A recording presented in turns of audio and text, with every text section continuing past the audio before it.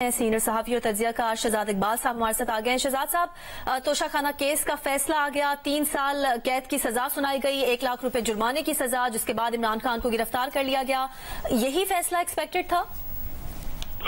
جی بہت شکریہ۔ میرے خیال سے پچھلے کچھ دنوں کی اگر آپ کارروائی دیکھیں تو یہ ایکسپیکٹڈ تھا اور تجزیے تو اس پہ ہو ہی رہے تھے، بٹ اگر آپ خود سنیں پی ٹی آئی چیئرمین کے جو بیانات تھے، ان کی جو تقاریر تھی، اس میں وہ کہہ رہے تھے کہ اس کیس میں مجھے نااہل کیا جائے گا، گرفتار کیا جائے گا۔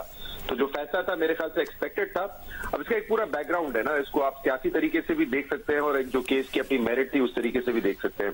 جو سیاسی پہلو ہے اس کا، یہ میرے خیال سے جب پچھلے سال پاکستان تحریک انصاف کی حکومت گئی تھی، اس کے بعد سے یہ قیاس سرائی ہو رہی تھی کہ لیول پلینگ فیلڈ ہوگی، الیکشن سے پہلے عمران خان کو نااہل بھی کیا جائے گا، ڈسکوالیفائی کیا جائے گا۔ یہ بات میرے خیال سے پچھلے 1 سال سے چل رہی تھی، چاہے وہ فورن فنڈنگ کیس کے حوالے سے ہو، توشہ خانہ کیس کے حوالے سے ہو یا کسی اور کیس میں ہو۔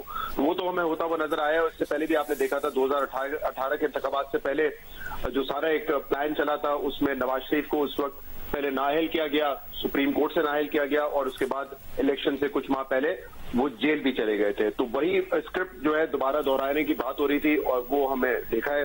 تو سیاسی پہلو تو یہ ہے۔ جہاں تک کیس ہے، اس کیس کا پورا بیک گراؤنڈ دیکھنا ضروری ہے۔ کیس اس وقت نہیں شروع ہوا ہے جب عمران خان یا پاکستان تحریک انصاف حکومت سے باہر آئے یا حکومت ان کی گر گئی۔ یہ جب اپنی حکومت میں تھے اس وقت ہی جب یہ ڈیٹیلز مانگی گئی تھی اس کیس کے حوالے سے ایک صحافی کی طرف سے، تو پاکستان تحریک انصاف یہ ڈیٹیلز دینے کے لیے تیار نہیں تھی، بلکہ وہ اسلام آباد ہائی کورٹ اس معاملے کو لے کے چلے گئے تھے کہ روکا جائے یہ تفصیل دینے سے، کیونکہ یہ دھمکیاں بھی ملی تھیں صحافی کو۔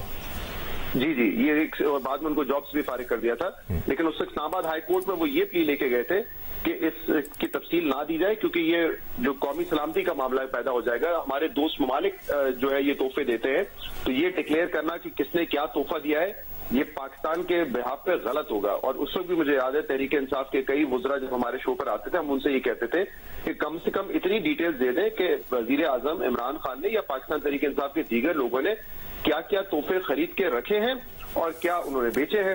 یہ بتانے کی ضرورت نہیں کہ کون سا تحفہ کس ملک سے آیا ہے۔ تو اس وقت سے تحریک انصاف کی یہ کوشش تھی، اور میڈیا نے جب شور مچایا تو وہ مزید کلیریفیکیشن کی طرف آئے۔